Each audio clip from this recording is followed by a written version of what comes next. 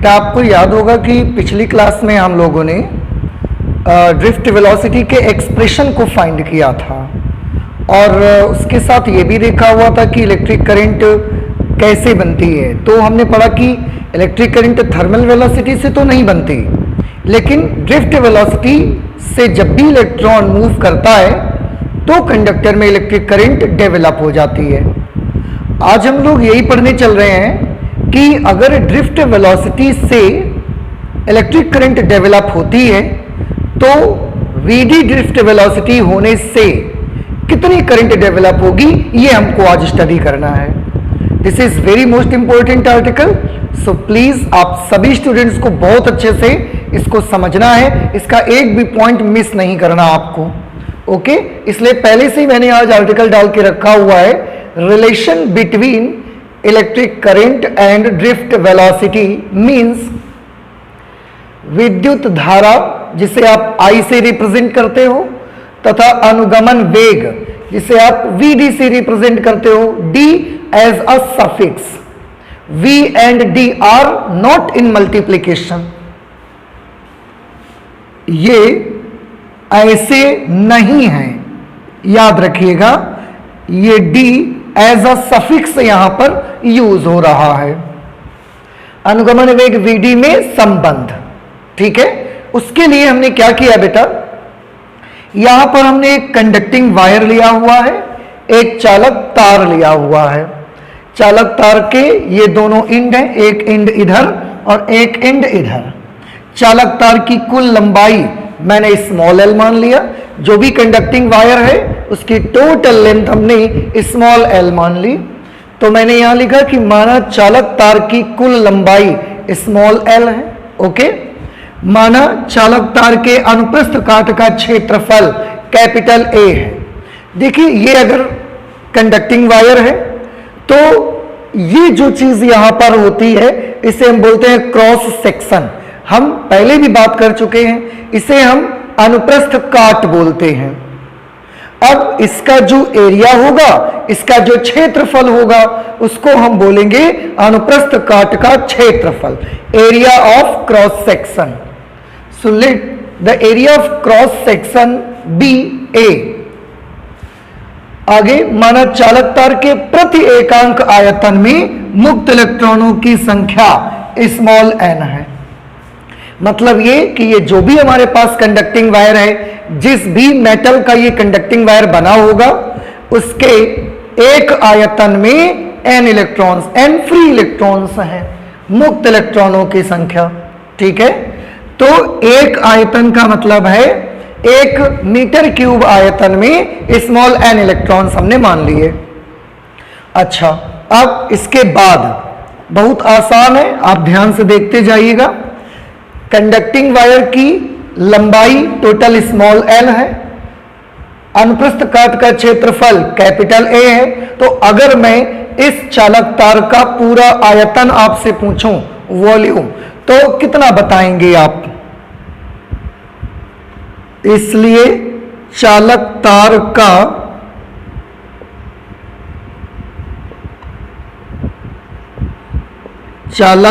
का कुल आयतन।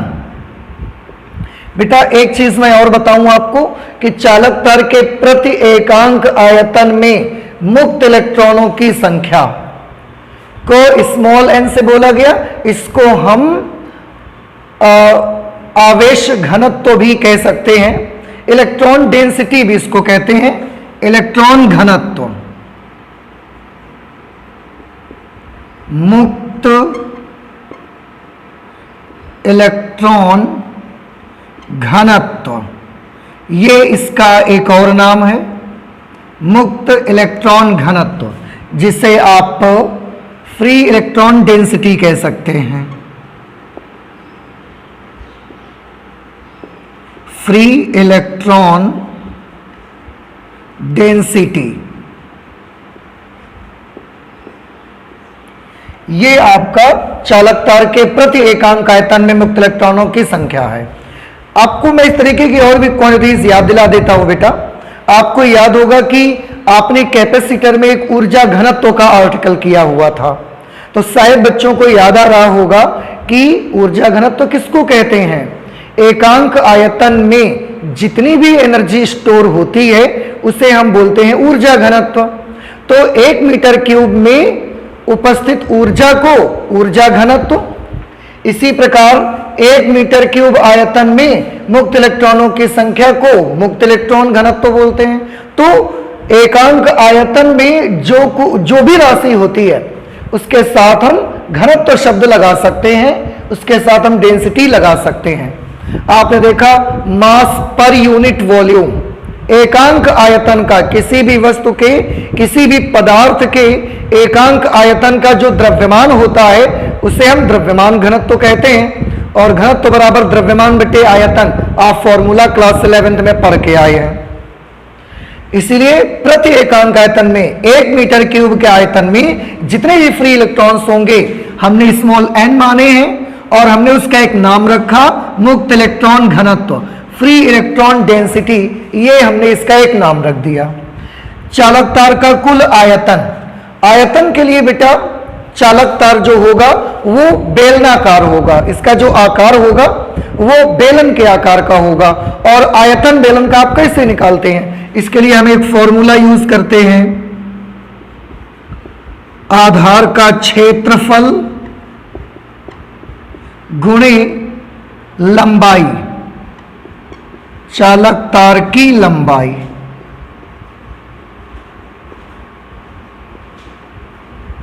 ये फॉर्मूला हम यूज करेंगे। ये बेलन के आकार का होता है, आपको ऐसा दिखता है, आप इसको ऐसा कर दीजिए। अब अगर ऐसा कर दीजिए फिर आप इसको गौर से देखिए, आपको सिलेंडर जैसा दिखेगा। और सिलेंडर के वॉल्यूम का एक फॉर्मूला तो पाई आर स्क्वायर एच भी होता है, लेकिन हम यहां पर आयतन का बेसिक फॉर्मूला यूज कर रहे हैं, आधार का क्षेत्रफल गुणे चालक तार की लंबाई। आधार का क्षेत्रफल कितना? a, लंबाई है l, a इंटू एल, इतना वॉल्यूम आ गया पूरे कंडक्टर का। अब थोड़ा ध्यान से देखिए, चालक तार के प्रति एकांक आयतन में मुक्त इलेक्ट्रॉनों की संख्या स्मॉल n है, मींस 1 मीटर क्यूब आयतन में n इलेक्ट्रॉन है। तो टोटल आयतन कितना है? a into L. तो पूरे आयतन में कितने इलेक्ट्रॉन होंगे? उसके लिए मुझे क्या करना पड़ेगा? n into a into L करना पड़ेगा। तो यहां पर लिख देते हैं देयरफॉर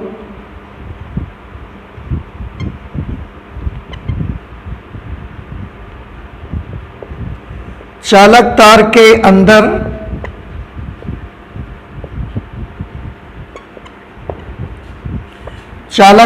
अंदर मुक्त इलेक्ट्रॉनों की कुल संख्या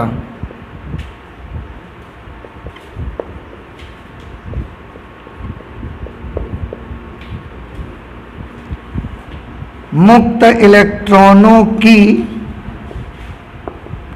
कुल संख्या, चालक तार के अंदर मुक्त इलेक्ट्रॉनों की कुल संख्या। थोड़ा सा फिर से एक बार देख ले, आयतन अगर एकांक है तो उसमें इलेक्ट्रॉनों की संख्या n, यानी कि 1 मीटर क्यूब आयतन में n इलेक्ट्रॉन है। तो टोटल आयतन कितना है? a into l metre cube. 1 metre cube में n इलेक्ट्रॉन है तो a into l metre cube में कितने इलेक्ट्रॉन होंगे? इसको आप इससे गुणा करवा दीजिए, मल्टीप्लाई करवा दीजिए। जैसे 1 मीटर क्यूब आयतन में 5 इलेक्ट्रॉन हैं तो 10 मीटर क्यूब आयतन में कितने इलेक्ट्रॉन हैं? 5 इंटू 10 करवाएंगे ना आप। सिमिलरली 1 मीटर क्यूब में n इलेक्ट्रॉन है तो a into l metre cube में कितने इलेक्ट्रॉन होंगे? उसके लिए मुझे n को इससे मल्टीप्लाई करवा देना पड़ेगा, n into a into L. चालक तार के अंदर मुक्त इलेक्ट्रॉनों की कुल संख्या n into a into L होगी। अब हम ये निकाल लेते हैं कि चालक तार के अंदर कुल आवेश कितना होगा, इसको जरा फाइंड आउट कर लेते हैं।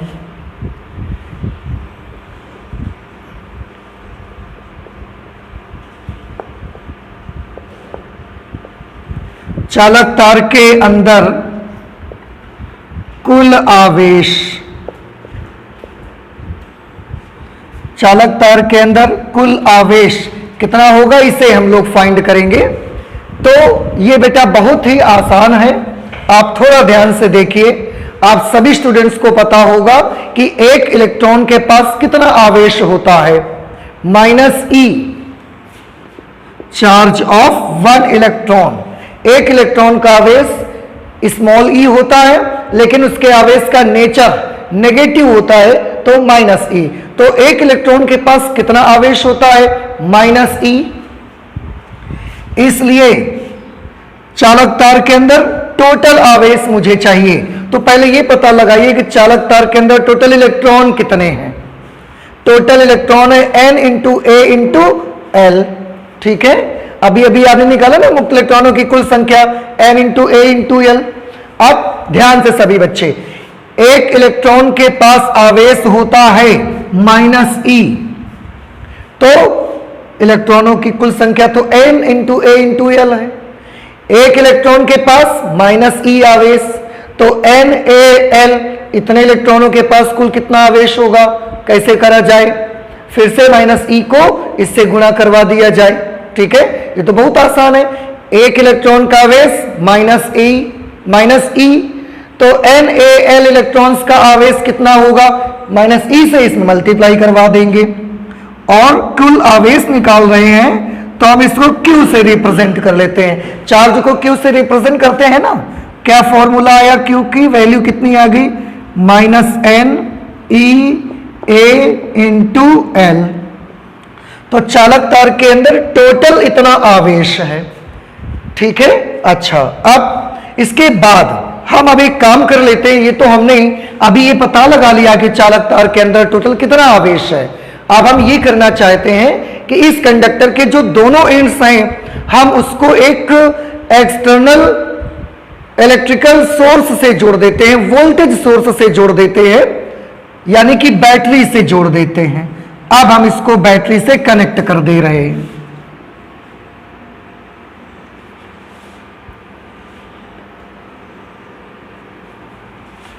एक वोल्टेज सोर्स से जोड़ देंगे। ये बैटरी का सिंबल है, एक लंबी लाइन और एक छोटी लाइन। लंबी लाइन हमेशा बैटरी के पॉजिटिव टर्मिनल को रिप्रेजेंट करती है, छोटी लाइन हमेशा बैटरी के नेगेटिव टर्मिनल को शो करती है। हमने मान लिया इस बैटरी का जो वोल्टेज है वो कैपिटल V के बराबर है।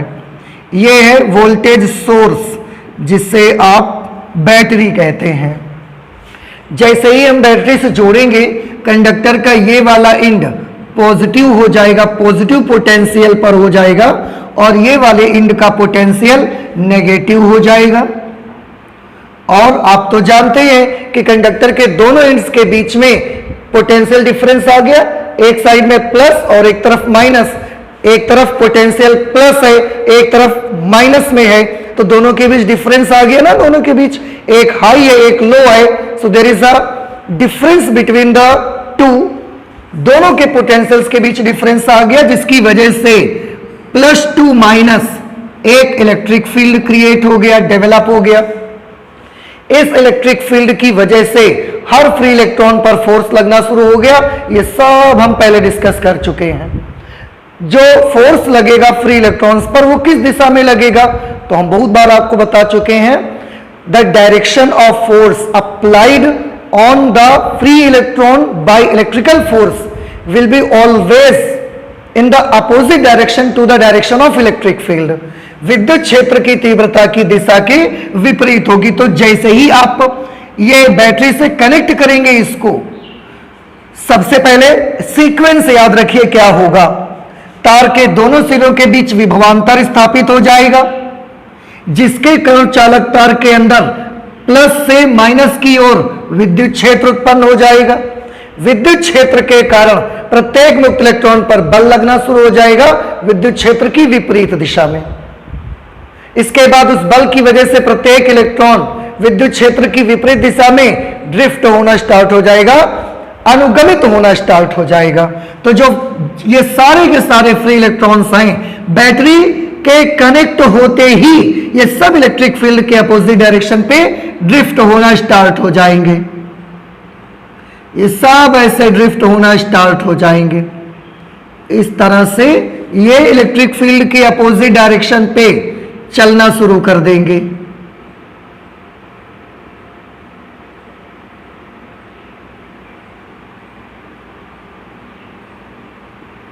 ऐसे सब ये इधर की तरफ चलना स्टार्ट कर देंगे। और कितनी वेलोसिटी से चलना स्टार्ट कर देंगे? तो आपने देखा है कि ये सब vd वेलोसिटी से चलना स्टार्ट कर देंगे, ड्रिफ्ट वेलोसिटी से चलना स्टार्ट कर देंगे। हम ये सब पहले डिस्कस कर चुके हैं। इसका मतलब क्या होगा?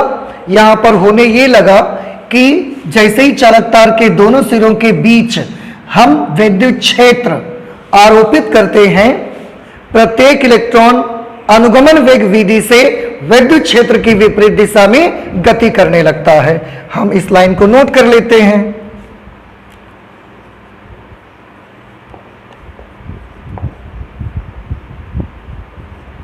अब जैसे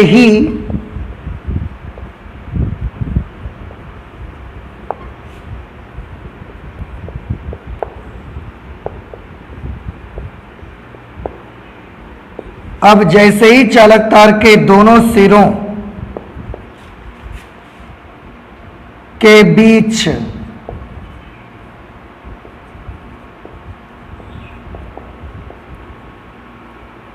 विभवांतर आरोपित करते हैं,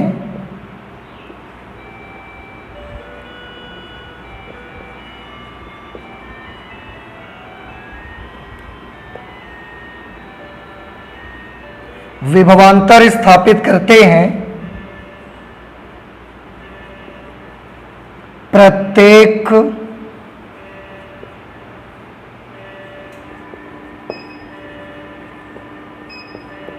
मुक्त इलेक्ट्रॉन, जितने भी फ्री इलेक्ट्रॉन्स हैं, प्रत्येक मुक्त इलेक्ट्रॉन अनुगमन वेग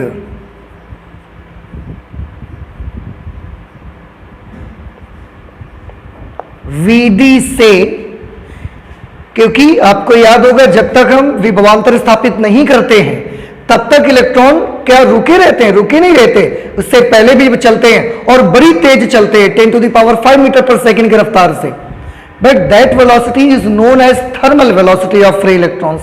but after applying a potential difference between the two ends of the connecting wire, उनमें एक ड्रिफ्ट वेलोसिटी सेटअप हो जाती है और उसके बाद वो ड्रिफ्ट वेलोसिटी से विद्युत क्षेत्र की विपरीत दिशा में चलना स्टार्ट कर देते हैं। प्रत्येक मुक्त इलेक्ट्रॉन अनुगमन वेग vd से विद्युत क्षेत्र की विपरीत दिशा में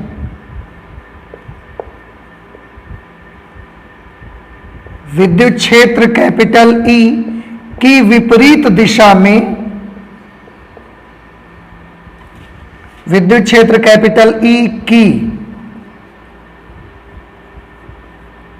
विपरीत दिशा में गति करने लगते हैं या गति करने लगता है।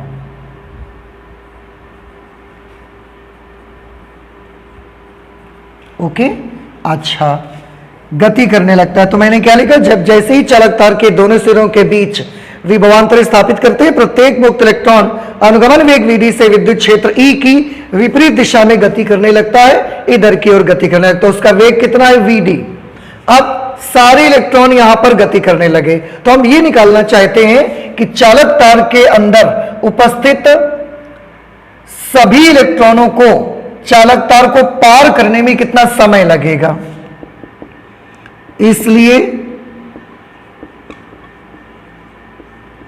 चालक तार में उपस्थित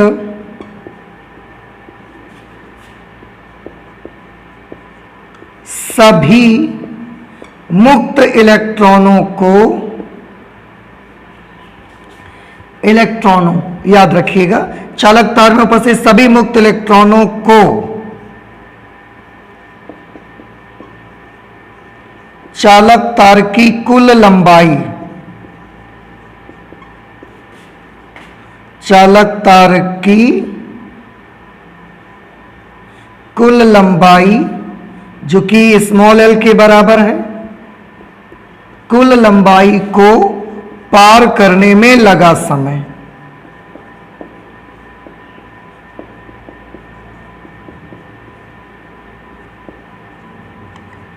पार करने में लगा समय, समय को हम t से रिप्रेजेंट कर लेते हैं। अब सभी ध्यान से देखेंगे।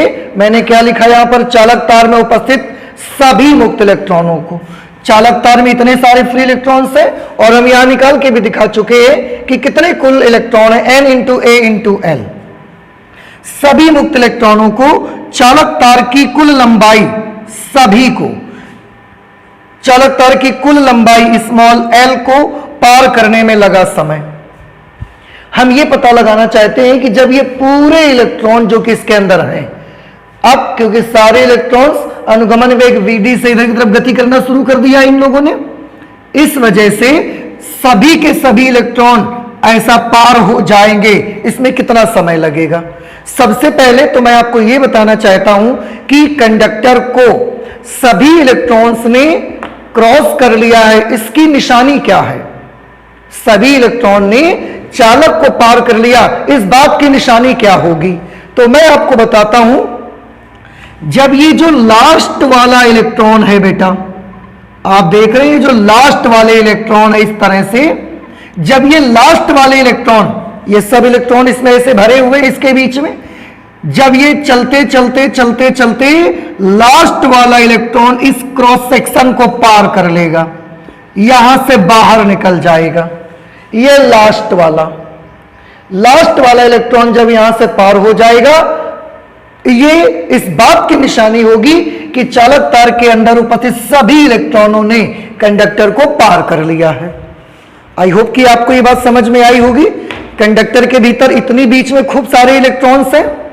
अब सारे इलेक्ट्रॉन्स ऐसा चलना शुरू हो गए। कुछ देर बाद क्या होगा, ये सब, ये वाले तो पहले ही पार हो जाएंगे क्रॉस सेक्शन को, ये वाले भी पार हो जाएंगे, सबसे बाद में ये इलेक्ट्रॉन्स आके क्रॉस सेक्शन को पार करेंगे। तो सभी मुक्त इलेक्ट्रॉनों को चालक तार को पार करने में कुल कितना समय लगेगा, इसके लिए मैं आपको बता रहा हूं कि सभी इलेक्ट्रॉन्स ने कंडक्टर को पार कर लिया है। इसकी इंडिकेटर कौन होगा, इसका इंडिकेटर क्या होगा, ये इसकी निशानी क्या होगी? तो इसकी निशानी बेटा यही है कि जब इलेक्ट्रॉन से चलते चलते चलते चलते लास्ट वाला इलेक्ट्रॉन जब यहां से निकल जाएगा, तो हम समझ जाएंगे कि सभी इलेक्ट्रॉन्स ने पार कर लिया। क्योंकि अगर लास्ट वाला चल के यहां से निकल गया तो ये वाला तो उससे पहले निकल गया होगा, ये वाला और उससे पहले निकल गया होगा, ये वाला भी उससे पहले निकल गया होगा। कुल मिला के लास्ट इलेक्ट्रॉन जब चलते चलते यहां से ऐसा चलते चलते जब यहां से पार हो जाएगा, इसका मतलब पूरे इलेक्ट्रॉन सब इससे निकल गए। उसके लिए कितना समय लगेगा, ये समय बेटा हम निकालना चाहते हैं। समय के लिए फॉर्मूला क्या होता है, समय बराबर दूरी बटे चाल।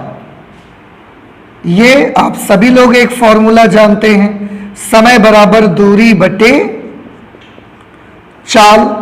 अब आप खुद बताइए, अभी अभी आपने समझा है कि कितनी दूर चलना पड़ेगा इलेक्ट्रॉन्स को। आप देखिए, हम इस इलेक्ट्रॉन की बात नहीं कर रहे, क्योंकि अगर ये इलेक्ट्रॉन इस क्रॉस सेक्शन से पार भी हो गया तो क्या आप कह पाएंगे कि सभी इलेक्ट्रॉन पार हो गए? आप नहीं कह पाएंगे। ये वाला इलेक्ट्रॉन जब चलते चलते क्रॉस सेक्शन को पार कर लेगा, तब आप कह पाएंगे कि सभी इलेक्ट्रॉन पार हो गए? आप तब भी नहीं कह सकते। आप तो सभी इलेक्ट्रॉन चालक तार में से निकल गए, ये आप कब कह पाएंगे? जब ये वाला इलेक्ट्रॉन चल के यहां से पार हो जाएगा, सबसे लास्ट वाला। तो उसको कितना समय लगेगा? सबसे पहले उसको दूर कितना चलना पड़ेगा? तो इस लास्ट वाले इलेक्ट्रॉन को यहां से यहां तक आने के लिए टोटल L डिस्टेंस चलनी पड़ेगी। यहां से चल के यहां तक आना है ना उसको, तो L दूरी चलनी पड़ेगी। तो दूरी की जगह L लिख दिया। चाल कितनी है? vd वेलोसिटी से सारे फ्री इलेक्ट्रॉन्स मूव कर रहे हैं। इलेक्ट्रिक फील्ड लगाने के बाद उनकी वेलोसिटी अनुगमन वेग हो जाती है और vd वेलोसिटी से सब ऐसे चल रहे हैं। तो दूरी बटे चाल, चाल की जगह पर मैंने क्या लिख दिया? चाल की जगह लिख दिया मैंने vd। तो इतने सेकंड लगेंगे, इतना समय लगेगा और सारे इलेक्ट्रॉन यहां से पार हो जाएंगे, क्रॉस सेक्शन को पार कर लेंगे। हम चालक तार के अंदर कुल आवेश पहले ही सॉल्व कर चुके हैं।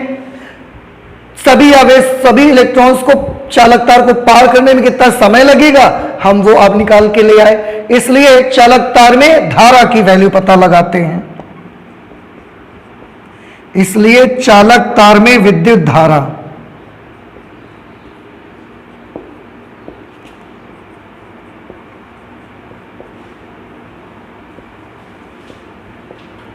इसलिए चालक तार में विद्युत धारा, बेटा धारा का फॉर्मूला आपने पढ़ा है, I is equal to Q upon T, सभी बच्चों ने ये पढ़ा हुआ है। Flow of charge per second, एक सेकेंड में किसी कंडक्टर के किसी क्रॉस सेक्शन से जितना चार्ज फ्लो होता है वो करंट होती है। अब Q की जगह पे आप क्या वैल्यू लिखेंगे, टोटल आवेश यहां पर हमने निकाल के रखा है M minus n e a l, minus n e a into l upon t की जगह पे क्या लिखेंगे, l upon v d, l upon v d. अब इसे थोड़ा सा कैलकुलेशन बच्चों को करना है। क्या कैलकुलेशन होगा, I इज इक्वल टू, ध्यान से सभी देखें, L से L कैंसिल हो जाएगा और ये VD पलट के ऊपर आ जाएगा क्योंकि ये डिनोमिनेटर में भी एक फ्रैक्शन है, तो L से L कैंसिल हो जाएगा, VD ऊपर आ जाएगा। इस तरह से करंट की जो वैल्यू मुझे मिलेगी that will be minus n e a into VD, ये करंट की वैल्यू मुझे यहां पर मिलेगी जाकर के। मैं एक बार फिर से यहां पर करंट का फॉर्मूला लिख देता हूं जो मुझे अभी अभी सॉल्व करने से प्राप्त हुआ है।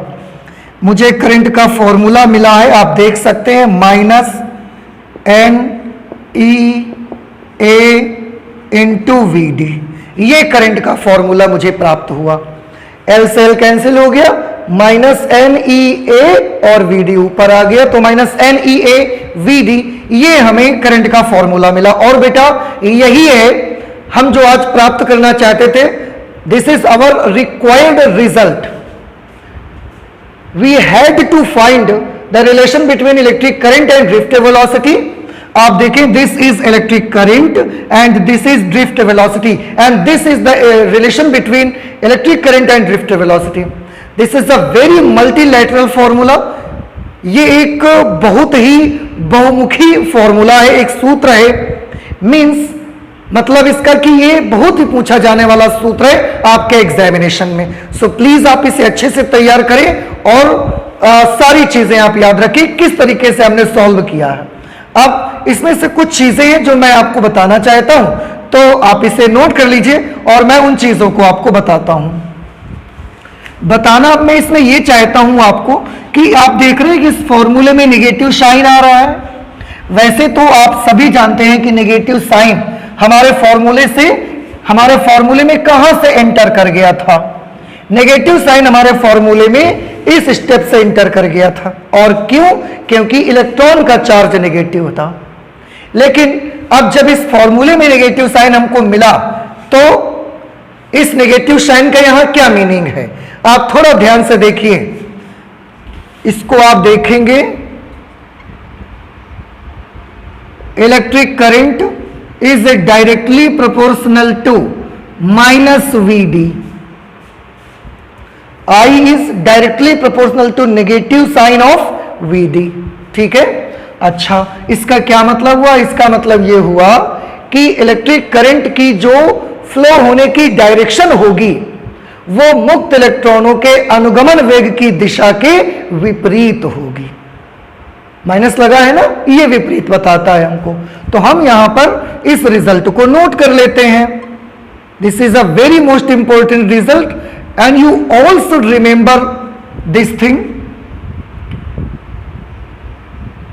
स्पष्ट है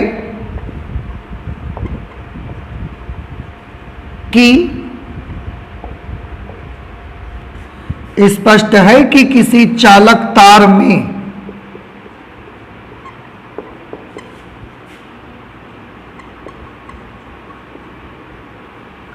स्पष्ट है कि किसी चालक तार में विद्युत धारा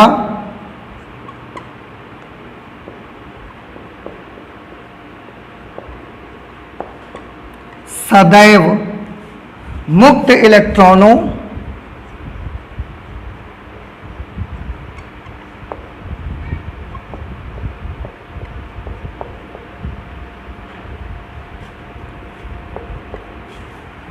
चालक तार में विद्युत धारा सदैव मुक्त इलेक्ट्रॉनों के अनुगमन वेग की दिशा के विपरीत,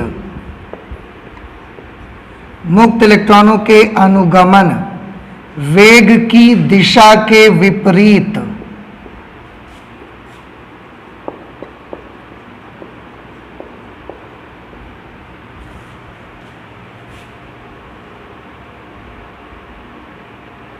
होती है। तो ये निगेटिव साइन जो है ये हमको इंडिकेट करता है कि करंट की डायरेक्शन मुक्त इलेक्ट्रॉनों के अनुगमन वेग की दिशा के विपरीत होती है। स्पष्ट है कि किसी चालक तार में विद्युत धारा सदैव मुक्त इलेक्ट्रॉनों के अनुगमन वेग, ध्यान बहुत रखें कि जो विद्युत धारा होगी वो मुक्त इलेक्ट्रॉनों के अनुगमन वेग की दिशा के विपरीत होती है। कहने का मतलब अगर सभी मुक्त इलेक्ट्रॉनों का अनुगमन वेग इस दिशा में है तो कंडक्टर में जो करंट का फ्लो होगा वो इस डायरेक्शन पे होगा। मींस इस चालक तार में धारा की जो दिशा होगी वो ये डायरेक्शन होगी। अभी अभी देखना आपने कि नेगेटिव साइन आपको क्या इंडिकेट करता है कि किसी चालक तार में विद्युत धारा सदैव मुक्त इलेक्ट्रॉनों के अनुगमन वेग की दिशा के विपरीत होती है। कि अगर मुक्त इलेक्ट्रॉनों का अनुगमन वेग की दिशा इधर की तरफ है तो करंट की डायरेक्शन इधर की तरफ होगी। अब एक और चीज, अगर चालक तार में करंट इधर की तरफ है तो यहां से धारा की दिशा क्या होगी, ऐसे आएगी, तभी तो इधर की तरफ जा रही होगी। अब इसमें अगर ऐसे जा रही तो यहां से करंट स्टार्ट होकर ऐसे जाएगी और यहां पर इस तरह से आ जाएगी। ठीक है, एक चीज हम और कह सकते हैं कि मुक्त इलेक्ट्रॉनों के अनुगमन वेग की दिशा के विपरीत होती है। और हम, आप जानते हैं, ये तो हम मानते हैं कि अगर, क्योंकि इलेक्ट्रॉन नेगेटिव चार्ज है, तो अगर negative charge electric field apply करने से नेगेटिव चार्ज अगर इधर की तरफ गति करता है तो जाहिर सी बात है कि पॉजिटिव चार्ज इधर की तरफ गति करेगा। बात समझ में आई? अब आप सोचेंगे पॉजिटिव चार्ज तो गति नहीं करता, वो तो काफी भारी होता है, तो ये बात सही है। लेकिन मैथमेटिकली हमारा लॉजिक क्या कहता है कि अगर इलेक्ट्रॉन्स का मोशन यानी कि नेगेटिव चार्ज का मोशन अगर इधर की तरफ है तो धन आवेश की गति हम इधर की तरफ मान सकते हैं, क्योंकि ऋण आवेश और धन आवेश का नेचर एक दूसरे के अपोजिट होता है। अगर नेगेटिव चार्ज की गति करने का नेचर लेफ्ट साइड में है तो पॉजिटिव चार्ज के मोशन का नेचर राइट साइड में होगा। इससे एक बात और पता चलती है कि चालक में धारा इलेक्ट्रॉन की गति के विपरीत दिशा में होती है। इलेक्ट्रॉन इधर जा रहा है, धारा इधर जा रही है। अब अगर इलेक्ट्रॉन इधर जा रहा है तो धनावेश किधर जा रहा है, इधर जा रहा है, और धारा भी इधर जा रही है। तो हम एक रिजल्ट और निकाल सकते हैं कि किसी चालक तार में धारा धनावेश के चलने की दिशा में होती है। आप हमेशा याद रखें, किसी चालक तार में धारा की दिशा धनावेश के गति की दिशा में होती है। हम ये भी यहां से अंदाजा लगा सकते हैं, अथवा किसी चालक तार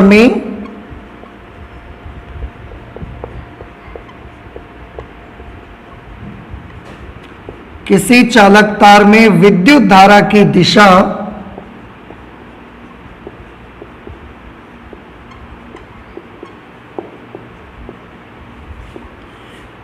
धनावेश की गति के अनुदिश होती है।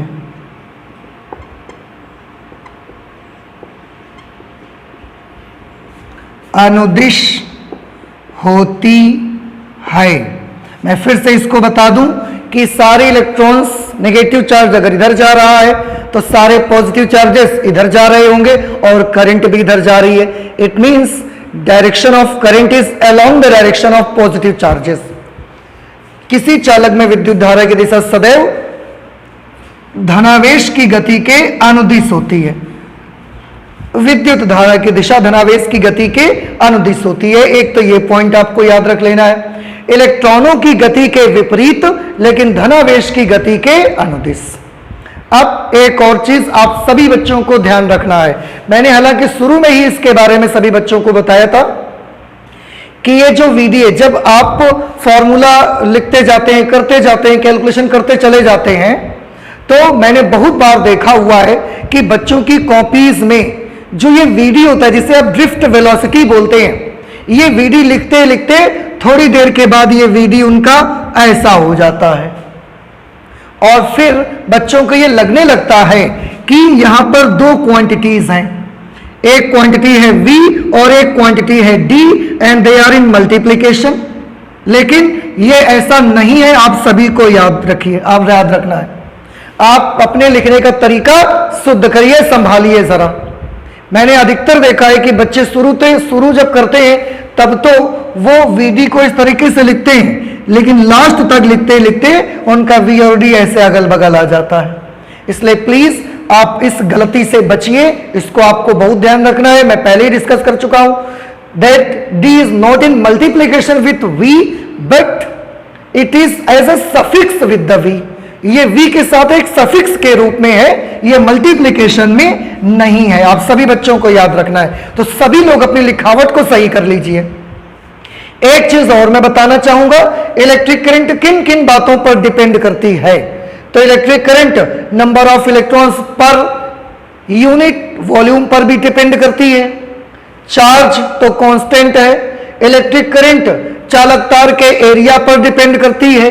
इलेक्ट्रिक करंट ड्रिफ्ट वेलोसिटी पर डिपेंड करती है। लेकिन एक बात सभी बच्चों को हमेशा याद रखना है, जब भी आपसे पूछा जाएगा कि बताइए किसी चालक तार के अनुप्रस्थ काट का क्षेत्रफल अगर बढ़ा दिया जाए, तार मोटा कर दिया जाए, अभी अनुप्रस्थ काट का क्षेत्रफल इतना है, अगर मैं अनुप्रस्थ काट का क्षेत्रफल बढ़ा दूंगा तो यह तार और मोटा हो जाएगा। ऐसे क्षेत्रफल बढ़ाने से करंट पर क्या इफेक्ट पड़ेगा, तो आप सभी कहोगे कि एरिया बढ़ाने से करंट बढ़ जाएगी। लेकिन याद रखें उसके साथ कि जिस समय आप एरिया बढ़ाएंगे उस समय ना तो n बढ़ना चाहिए और ना vd बढ़ना चाहिए।